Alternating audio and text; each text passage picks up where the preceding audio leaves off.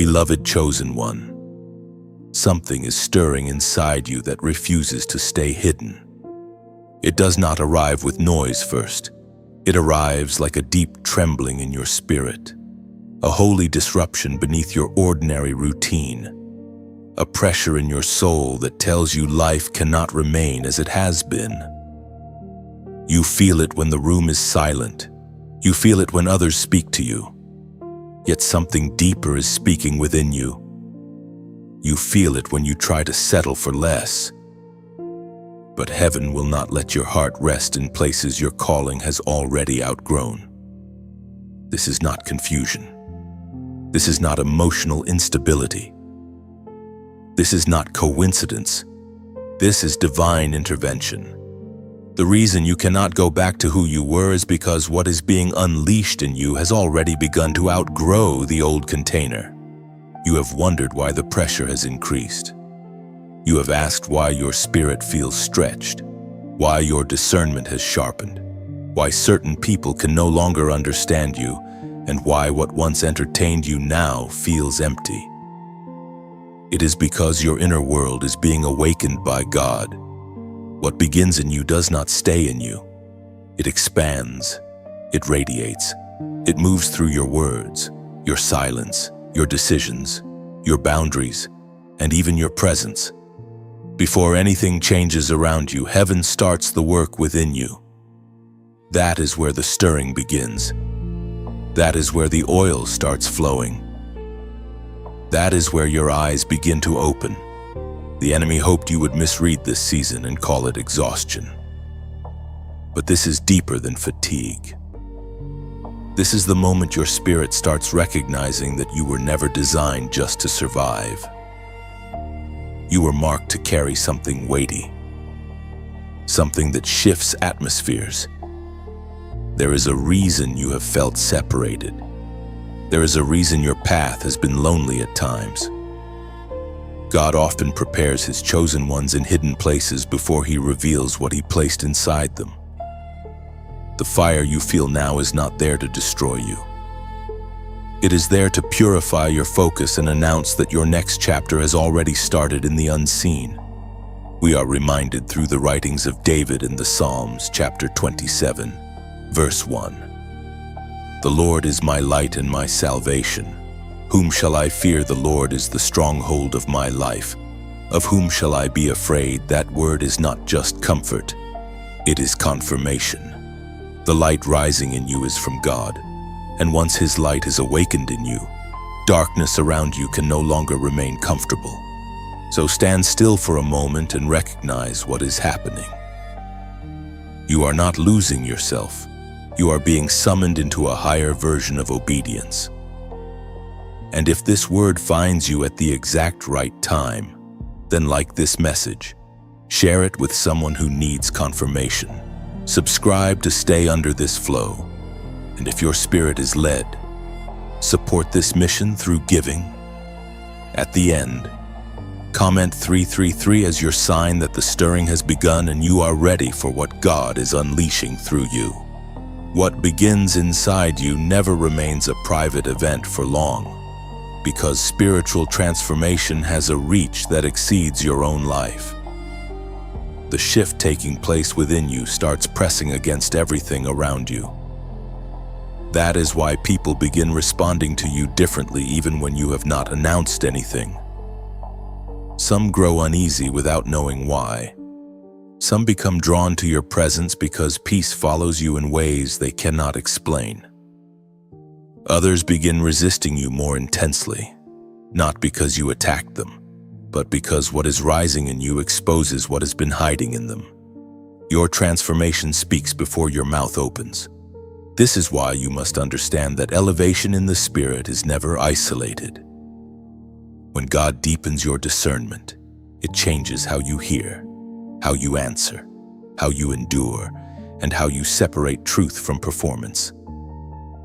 The people around you feel that change. Your family feels it. Your friendships feel it. The atmosphere of your home feels it. Even places that once tolerated compromise begin reacting to the authority forming in you. You are not imagining this tension. Your presence is becoming less negotiable to darkness. What could once sit comfortably around you now starts shifting, because the version of you that accepted confusion is being replaced by one that carries clarity. There are conversations that no longer flow the same, because your spirit no longer feeds what your flesh once entertained. There are relationships becoming strained because God is removing your appetite for shallow agreement. There are moments when others misread your silence as distance, when in truth it is discernment teaching you not to spend sacred oil on what has no altar. This is one of the hardest parts of becoming who you are called to be. You start seeing that your growth blesses some people, convicts others, and unsettles those who built comfort around your smaller self. The Spirit spoke through the prophet Jeremiah, chapter 1 verse 10. See, I have this day set you over the nations and over the kingdoms, to root out and to pull down, to destroy and to throw down, to build and to plant. That word reveals the pattern of your season. The hand of God does not only build through you, it also uproots through you. It pulls down false peace. It tears through hidden decay. It confronts patterns that were allowed to stand for too long. Then, after the shaking, it plants what carries life. So when you notice reactions changing around you, do not be shaken too quickly. The change people feel is real. Heaven is not merely comforting you in secret. Heaven is shaping you into a living sign. And once that begins, everyone near you is touched by the ripple. Some will heal because you obey. Some will awaken because you refuse to shrink. Some will be forced to choose what spirit they truly serve. That is how powerful a God-breathed transformation becomes when it is no longer contained. By now, you can see that this movement is no longer contained within your private prayers, your silent tears, or your hidden wrestlings with God. What is being released through you has become a ripple that travels farther than you first imagined. It touches conversations you have not entered, decisions you have not witnessed, and hearts that never planned to be affected by your obedience. This is the part many do not understand when God chooses a life as a vessel. The calling is never small enough to remain personal. When heaven breathes on one surrendered soul, the impact begins moving outward until others must reckon with what that surrender has awakened. Some people around you are being confronted simply because you chose not to numb yourself anymore. Others are feeling conviction because you stopped laughing at what once damaged your spirit. There are people watching your restraint, your peace, your changed hunger, and they do not know that they are witnessing a living disruption. They may call it intensity, they may call it distance, they may say you have changed too much. But the truth is more sacred than that. They are encountering the consequences of divine fire touching a human life. And no one stands close to that kind of fire without feeling heat. This ripple does not only expose, it also invites. Some souls near you are beginning to remember their own hunger for God because your transformation makes compromise look thin and temporary. Others are being pulled into deeper honesty because your presence silently gives them permission to stop pretending. You are becoming a mirror many did not ask for, yet desperately need. Not because you are perfect, but because the hand of God on your life is making hidden things harder to hide. That is why what is being unleashed through you will affect everyone around you. No soul escapes the atmosphere created by a yielded vessel, as the apostle wrote in the letter to the Hebrews, chapter 12, verse 29. For our God is a consuming fire. This is not a gentle image meant to keep everyone comfortable. It is a revelation. Fire does not ask dead things to remain. Fire tests, reveals, purifies, and separates. So when God begins to burn more brightly through your life, Those near you will either move toward the light or recoil from what it reveals. That is why this season feels so weighty. You are not merely experiencing personal growth, you are standing inside a holy chain reaction. And still, do not let that truth make you arrogant. Let it make you responsible. The ripple is not permission to dominate others. It is a call to remain clean before God, because what flows through you reaches beyond you. Every act of surrender carries consequence. Every refusal to return to darkness sends another wave through the unseen. Every time you obey, something around you shifts. Comment holy waves below as a witness that what God starts in one obedient life can travel outward and awaken many more.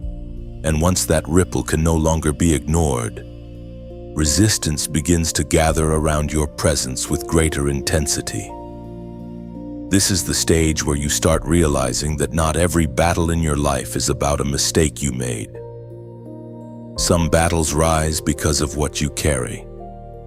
Some pressure appears because your obedience has become costly to the kingdom of darkness.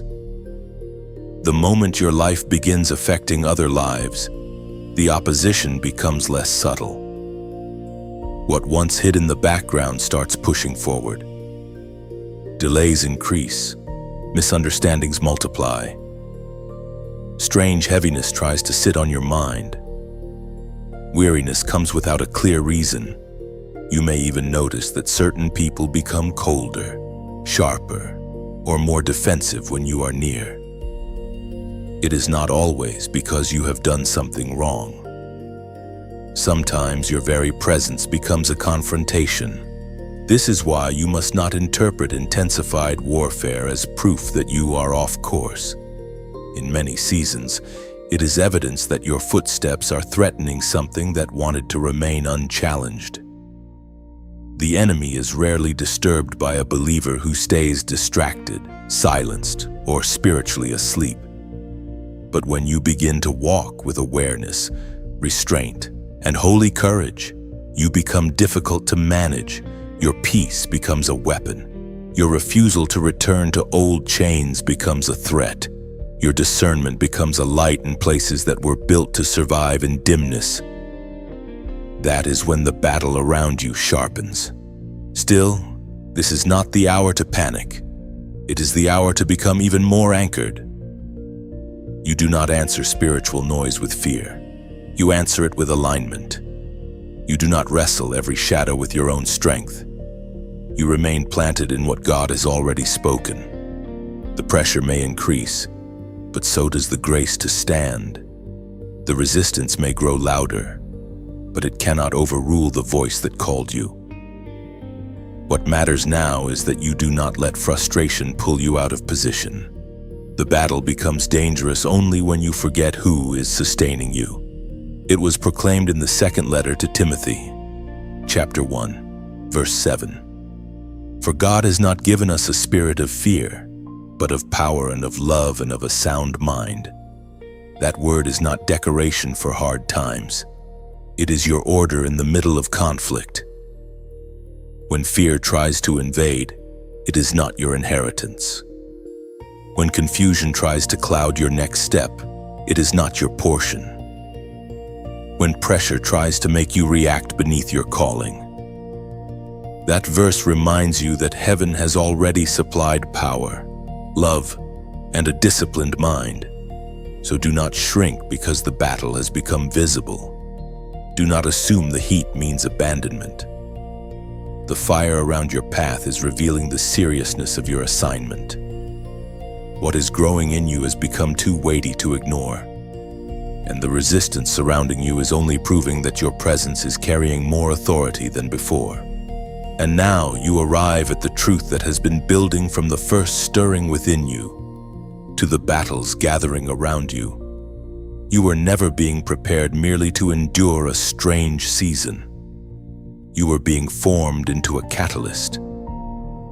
What God is unleashing through you is not random emotion, not temporary excitement, not a passing spiritual high. It is a divine force of change that turns your life into a living announcement. Where you once thought you were only surviving pressure, you now begin to see that pressure was shaping weight-bearing strength. Where you once thought you were being isolated, you now understand you were being consecrated. And where you once feared that everything around you was falling apart, heaven now reveals that much of it was being rearranged so your true assignment could emerge. A catalyst changes the environment without losing its nature. That is what your obedience is becoming. You walk into places and what is false can no longer breathe as easily. You remain still and hidden things begin to surface. You speak with conviction and people feel the difference between noise and truth. You choose peace and chaos loses some of its control. This is not because you are trying to appear powerful. It is because surrender has made you usable. The hand of God rests on those who let Him purify motive, deepen character, and anchor identity. That process is what made you dangerous to darkness and necessary to the hour, as Jesus Himself declared in the Gospel of Matthew, chapter 5, verse 14. You are the light of the world. A city that is set on a hill cannot be hidden. This is the revelation that seals your season. What is in you was never meant to stay buried under fear, apology, or spiritual hesitation. Light does not exist for itself. Light reveals, light guides, light warns, light exposes. Light makes it impossible for everyone nearby to pretend they do not see. That is why no soul escapes what God is unleashing through you. Some will be comforted, some will be confronted, some will be awakened, but all will be affected. So receive this without shrinking back. You are not called to blend into an hour that desperately needs illumination. You are called to stand, to carry, to endure, and to shine with holy consistency. The days ahead may still test you, but they will also reveal you. The same God who stirred you, stretched you, and sustained you will continue to establish you. What has been unleashed will not return to sleep. It will move through your choices, your testimony, your discernment, and your courage until the people around you can no longer deny that something eternal is operating through your life. Comment 888 below as your sign that you accept being a catalyst of divine change, and you will not hide what God has lit within you. And as this message settles into your spirit, let it become like a lantern set afloat on midnight water, quietly carrying light farther than your own hands can reach. If these words have touched something sacred in you, let your light be the soft flame behind the glass, a silent sign that the light is alive. Let your share become the river itself, carrying this glow toward another weary soul standing on a dark shore. Let your comment be a stone placed gently on an altar of remembrance, a small but living witness that heaven met you here.